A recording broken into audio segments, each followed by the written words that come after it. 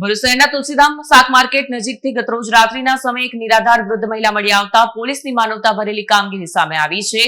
માર્ગ પર ભટકતી હાલતમાં રહેલી વૃદ્ધ મહિલાને જોઈ ત્યાં ફરજ પર તૈનાત ટ્રાફિક પોલીસ જવાનોએ તરત જ દરકાર દાખવી હતી।